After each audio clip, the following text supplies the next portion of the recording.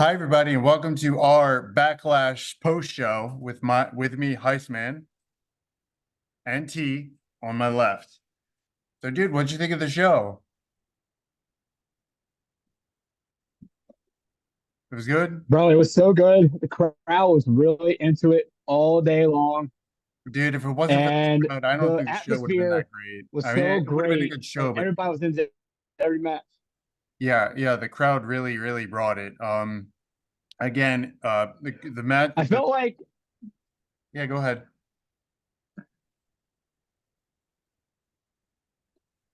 the matches that they set it up after WrestleMania, I thought were very, unique, and they planned everything so well in the last 4 weeks, which was really great. When you look at the ending of the Roman Cody match, it kind of set off where they needed to go to Backlash. And you would think in those 4 weeks, how am I going to set up every single match going from WrestleMania 40 going into Backlash? I need Yes, to have newer matches. If it's going to be a new era, you have to bring new matches into the fray. yeah, and I think what they Because did every tonight. every other every other Go ahead. every time they build on a new storyline with different matches, it's Yeah. gonna have an effect through everybody else's matches. And you would think, when Damian Priest cashed in the World Heavyweight title, Mhm. you would go to think, okay, now that he's champion, where can I go with him from here? You gotta think now, since Jey Uso was the number one contender 3 weeks ago, we had to set up a match where like we want to be able to have Jey Uso as a single star and want to have him still at that main event level. So, in conclusion, you want to be able to think to yourself, well, World Heavyweight Champion Damian Priest, we want to have him go all the way to SummerSlam with the title. So that way, when he holds it for the next 2 months, it's going to be taken off him by at the end of summer. Yeah, and that's what we got tonight. We got Damian Priest versus Jey Uso. That was a good match. A lot of people thought Jey Uso was going to win tonight. A little too early to tell. Even though a lot of people think that Damian Priest is going to be a transitional champion because he is going to ditch the Judgment Day sooner rather than later. Um, but as far as Rhea Ripley goes, she'd probably be. I would think Damian Priest will lose the title until SummerSlam or around there, around when Rhea comes back. But even then, I think Damian Priest is going to be out of the group because, as you saw tonight, he was a little fed up with JD and Finn Balor there.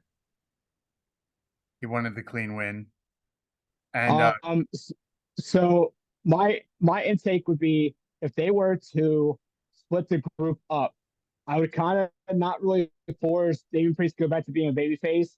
I would kind of have him still be the heel in a solos act, just because you got to think about it. 2 years ago, they had this huge group called the Judgment Day coming in here right, when Adam Copeland became a huge star towards the end of his career in WWE and wanted to form a huge dark side of a group, which was called the Judgment Day.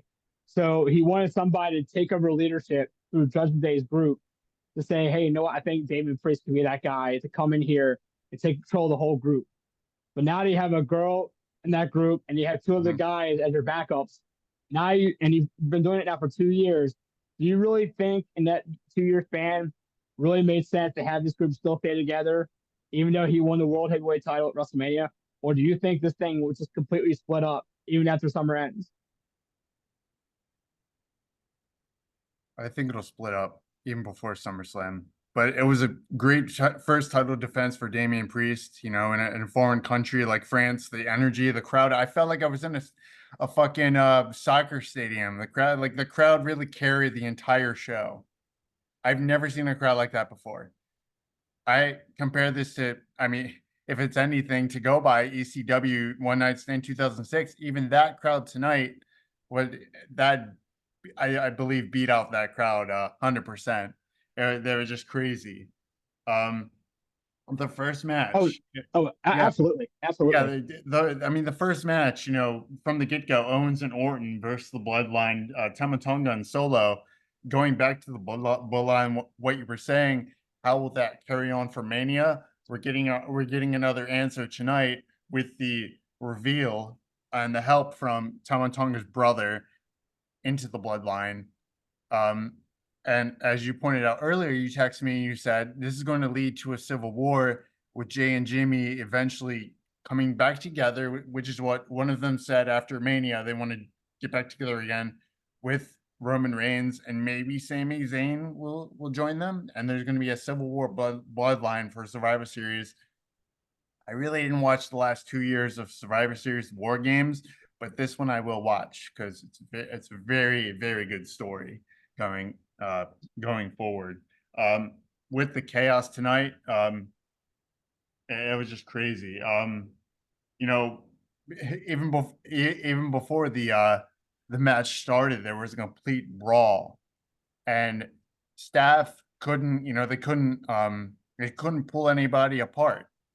You got you got, I mean, you had the crowd singing Randy Orton's theme song. I've never seen that before. It was crazy. And Nick Aldis Crazy, comes out and crazy. he's like, stop. You guys want to beat each other so bad.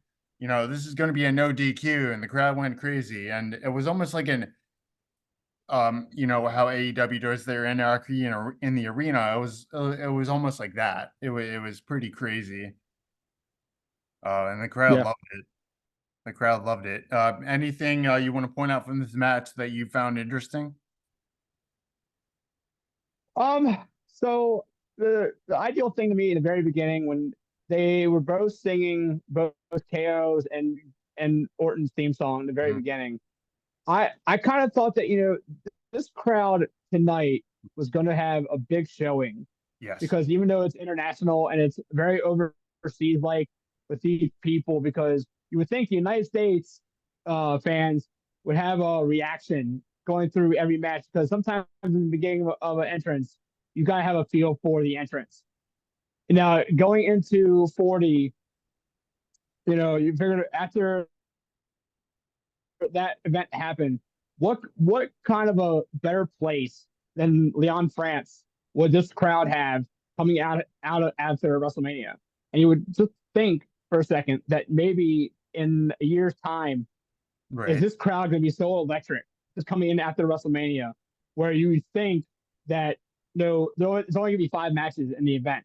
Right. From the very beginning, when the tag team match happened, this crowd was into everything because they knew the matches were coming up. They knew you were getting 4 championship matches in one event. So you Yep. already knew that you're probably going to get at least an exclusive pay-per-view for Right. 5 matches. So in conclusion of, the very beginning, I really thought that Orton's song being sang by the fans really jeopardizes the way how the event was really all into it in the very beginning. And he Mhm. already knew we were going to have a great night coming through this pay per view. Dude, I'm gonna So tell you.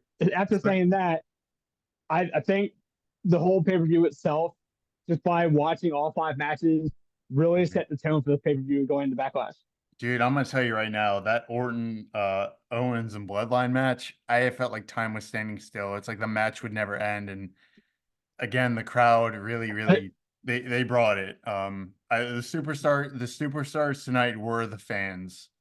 And yes, I totally would agree. I Yes. watched the kickoff from yesterday when they came to France, after SmackDown or before SmackDown, and they came to France and they had the live showing on YouTube. Dude, crowd the crowd from the stage, it was an endless amount of people, and they were just chanting and chanting and chanting. It was a really cool sight to see. And a little later on the show, we saw that they did some live events. They did one in Austria, and then they did another one in Italy, and the crowd's there. We didn't hear any audio, but we did see the rambunctious, rowdy fans that we saw tonight. So, from what John Cena said last year, or yes, last year, when he said we need to bring a WrestleMania to London, could be France, could be Australia, could be Austria, could be anywhere in Europe. The crowd's gonna bring it. America, sorry guys, you got to take notes. I am lost for words with the crowd. I could go on and on about the crowd, but um, as I said, Tama Tonga's brother, he interfered in the match. because it was a DQ, he stopped the ref from, having KO and Orton win, which I didn't think they were because, per story, because Solo Sikoa is acting as the tribal chief, they got to look strong, as they say. I didn't see them Yeah, losing this yeah. match at all.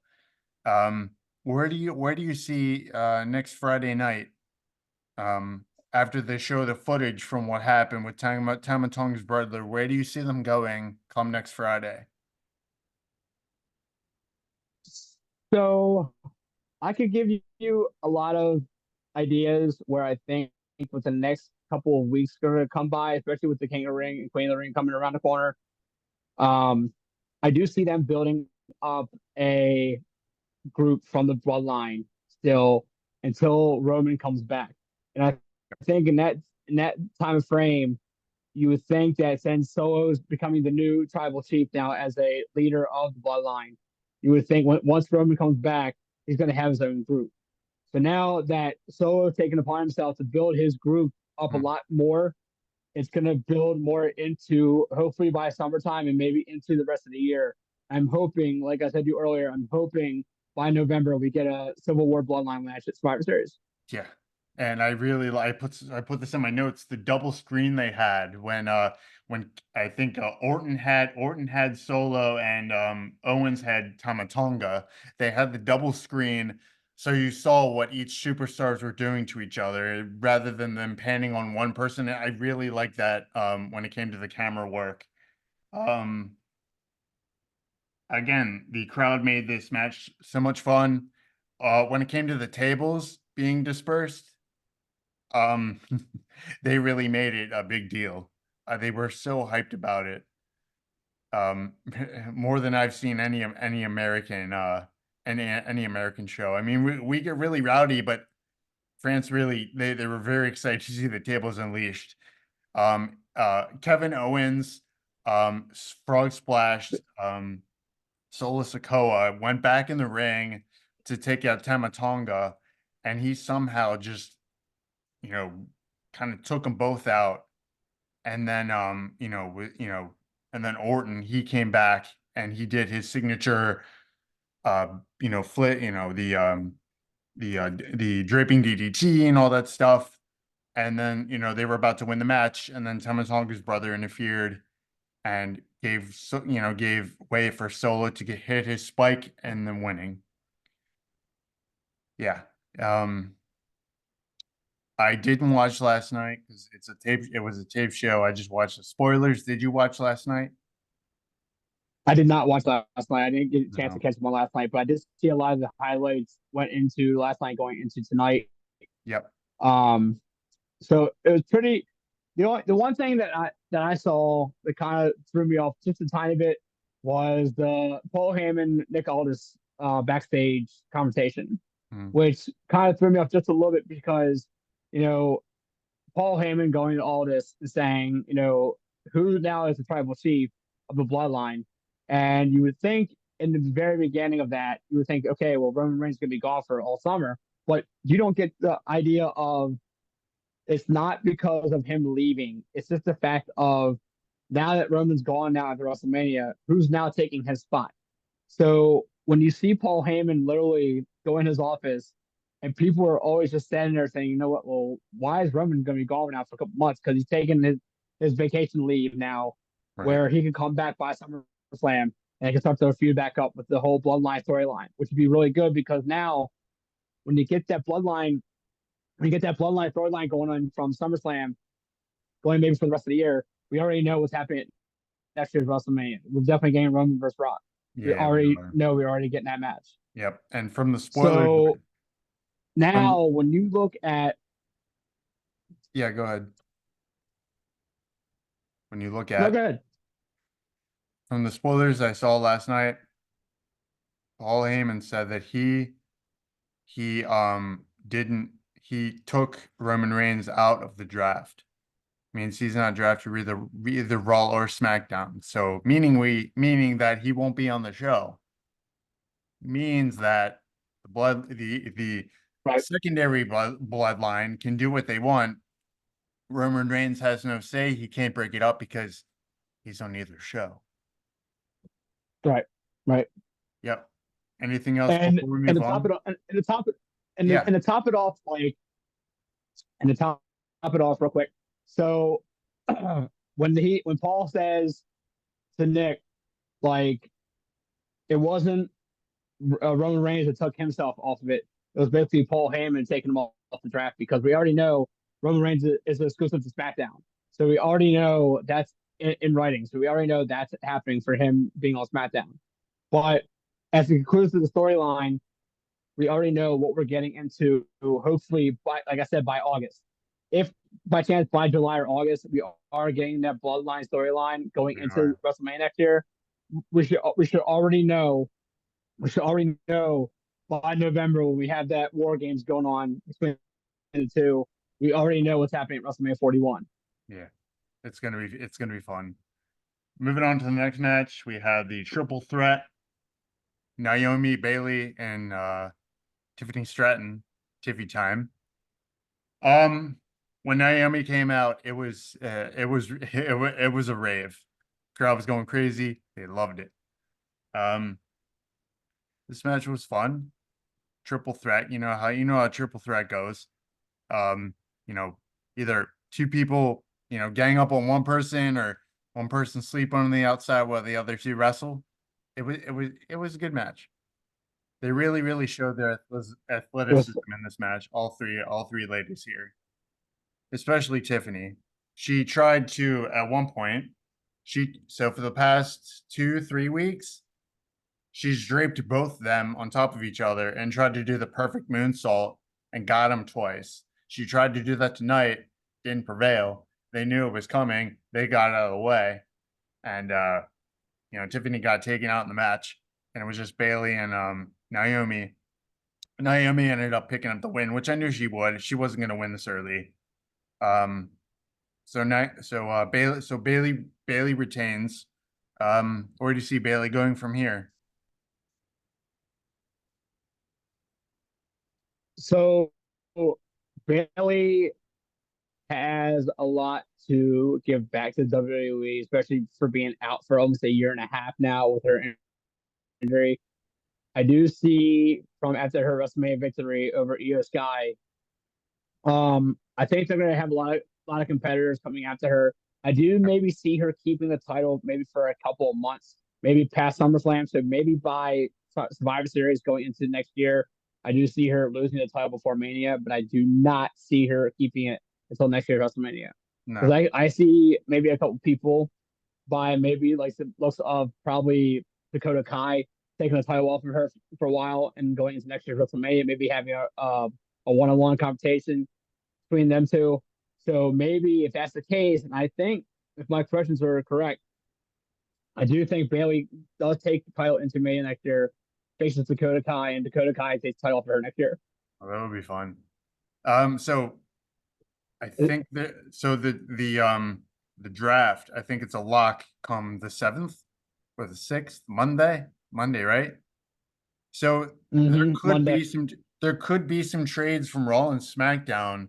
Do you see that happening? Do you see any Raw superstars going to SmackDown to challenge, to give Bayley a new feud? Because it seems like, I don't know. It feels like the women on SmackDown, seems like Bayley has, faced them all so I far. do She I faced do see I yeah, do see Bayley having more competitors coming over to SmackDown to face her within the mhm, next couple months. If that was the case, and I think if they want to bring more women over from maybe NXT, maybe within the next couple months to face Bayley just to give her some competition going into the summertime, I think what they should do is pull Bayley away from even though Damage Control right now is on Raw. I want to see her away from Damage Control just so she's not always fighting the same people like they had back 5, 6 years ago. I want to yeah, see new competitors coming in through each other show just so she has different competitors. Even if it's the same match going 2 weeks in a row, I would love to see more competitors step up in a pay-per-view match just to face Bayley to give her more competition. yeah. And with Jade, with Jade and Bianca beating the Kabuki Warriors for the titles, uh, you know, I don't know where I see Damage Control going from now on. I really don't.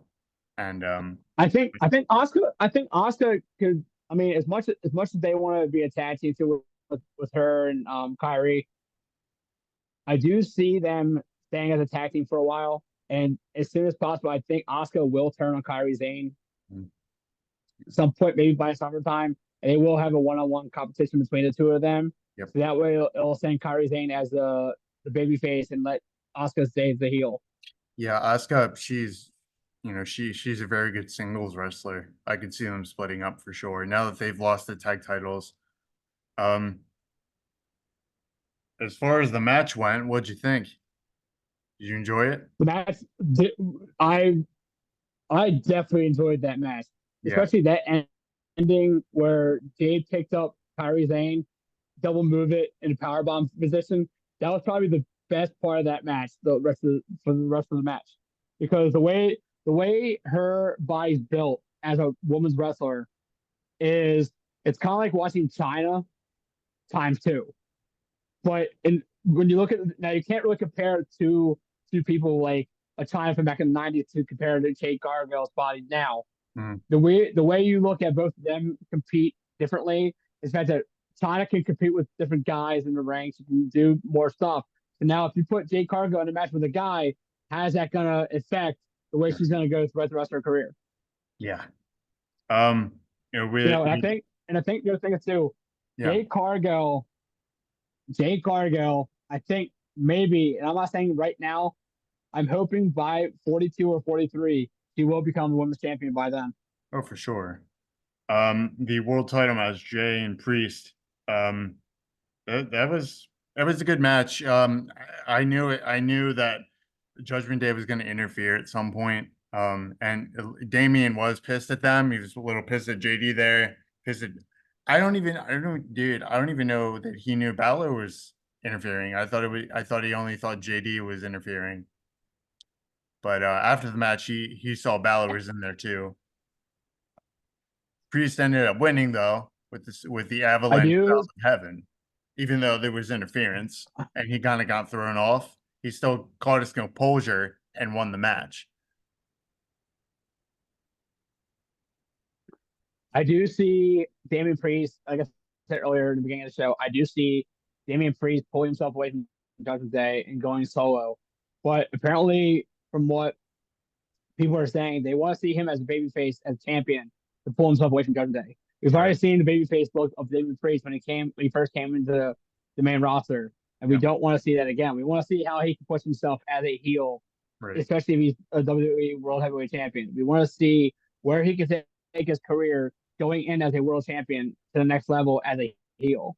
Yeah, dude. Now, I really don't see if the group's gonna stand as a group, go ahead.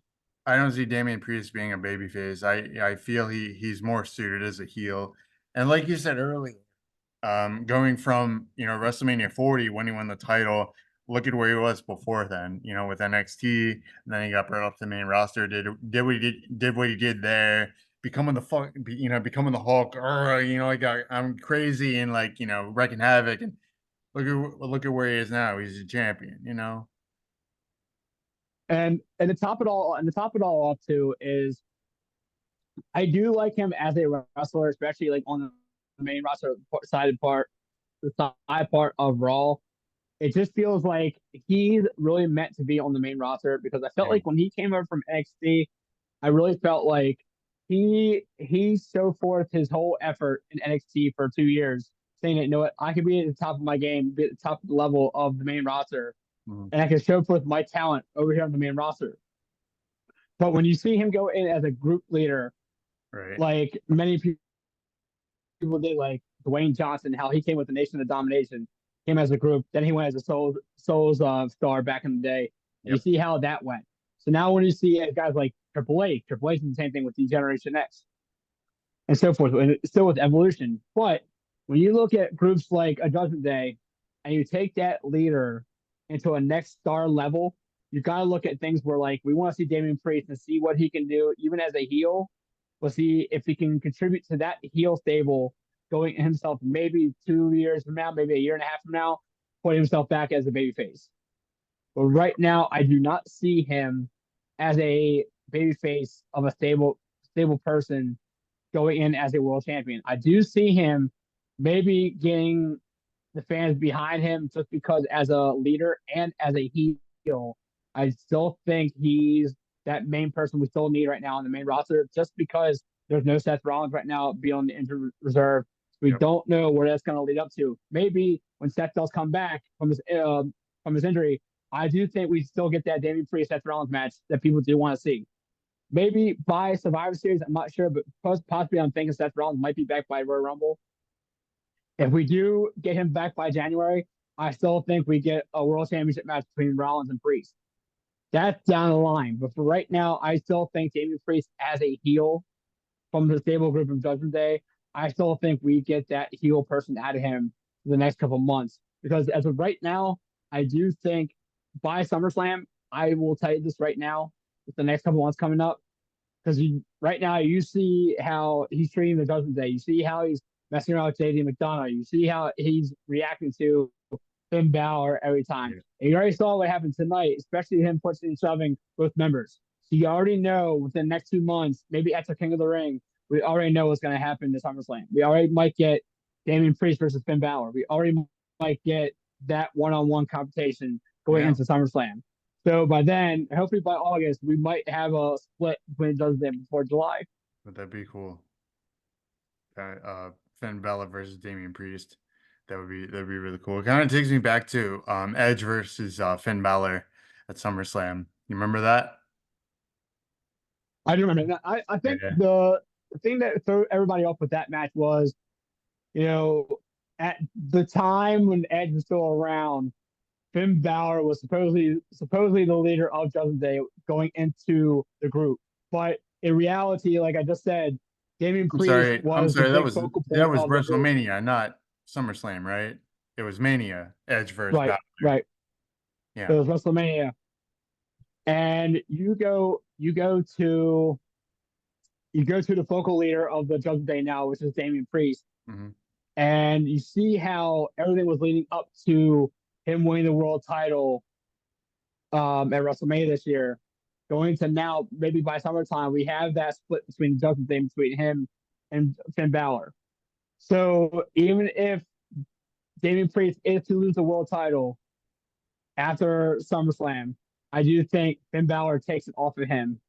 And Finn Balor gets his world title shot that he was supposed to deserve back in 2016. Yep. So when 2016 hit, Finn Balor and Rollins fought for the title, and the next night he had to relinquish it because of injury. So what I think what should happen is going into SummerSlam, we get that one-on-one matchup between both Judgment Day competitors. So that way, coming in at a SummerSlam, maybe I do think, hopefully, we do see Finn Balor win the world title from Damian Priest, just so Finn Balor can have that run of being a world champion going into WrestleMania next year. Hopefully, and maybe I do think if CM Punk and Rollins are not fighting next year at WrestleMania, I would love to see another Seth Rollins Finn Balor match going into WrestleMania next year. Yeah. For the world title. What they did last year was great. Definitely gave it was phenomenal. both of those guys. That was good. I also think it was no, go ahead. Nah, you go ahead. I was gonna move on to the next match. So Do it something. No, go ahead. But real quick. So anyway, I'm hoping by now the only person I could see winning the King of the Ring in June, I definitely could see Finn Balor win it and get his world title shot against Damian Priest in August. Mm-hmm. If they go that route, or if not, and Gunther wins the King of the Ring, I could see Gunther going after Damian Priest by July and going into August in SummerSlam. Yeah, I see. I definitely see Gunther winning the King of the Ring. Who do you think will win the Women's Queen? Who do you think will win? I have no idea. Because I know that Tiffany Stratton, she is built for the Miss Money in the Bank for sure. But as far as Queen of the Ring, I have no idea. So there's a lot of competitors right now. You got to think right now we both have world champions both on Raw and SmackDown for the women's side. Now what they could really do, and I think would be a fun idea, Mhm. is if the winner, like it's kind of like when you win Money in the Bank, you choose your own whoever you want to go after the world title for, cash it in. So, or else it's like kind of like the Royal Rumble. Whoever wins the Rumble gets to choose whatever champion they want to face. So now at King of the Ring, it's kind of the opposite. So it's like that person that wins King of the Ring gets their world title shot at SummerSlam. Then the loser can go and face the other opposite champion at the other shows. That way, we both have world title shots at SummerSlam between both world championship matches. Yeah.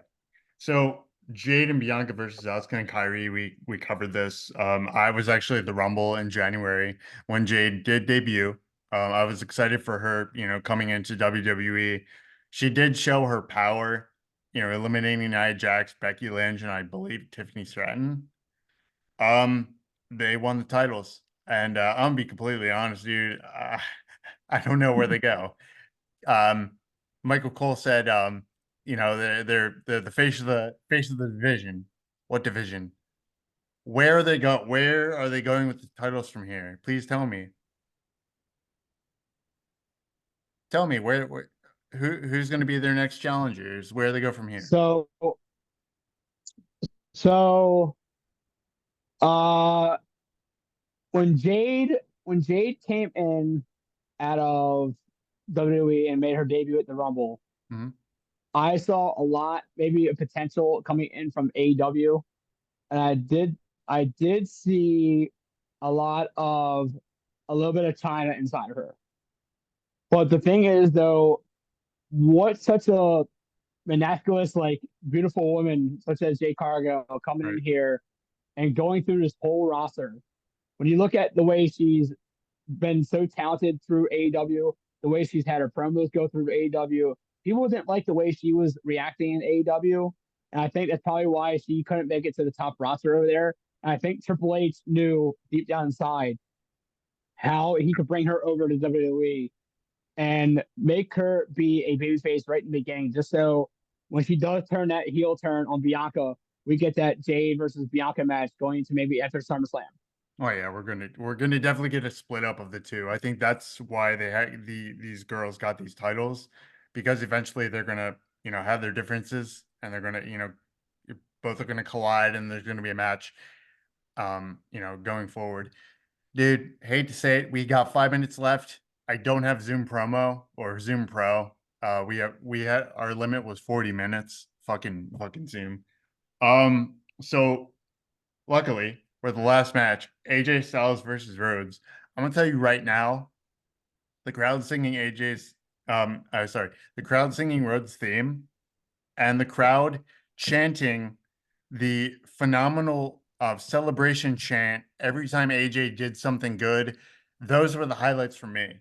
The match itself, it was good. I enjoyed the match as well. Obviously, Cody Rhodes retains.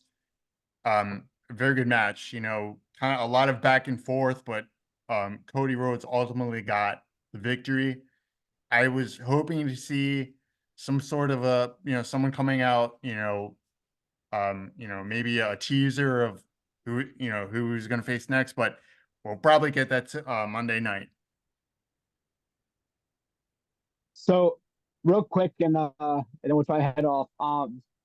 So I think Cody Rhodes has a lot given his way during this coming summer. And I think right now I'll just give him not really a kind of a small break, but the problem is I do think if you want a fighting champion going in on SmackDown every Friday night, you kind of want to give him a lead off push. And I think maybe we kind of get that Randy Orton versus Cody Rhodes going into SummerSlam. If Rhodes and the whole Rhodes the whole Yeah. Orton bloodline and Kevin Owens thing is kind of demolished by then. Yeah, I kind of do see. I would love to see Randy Orton and Cody Rhodes fight for the title by SummerSlam. definitely full circle there. Cody Rhodes and Orton with Legacy back in 2009. That was some of the, I always think of that, with the Triple H feud. That was great.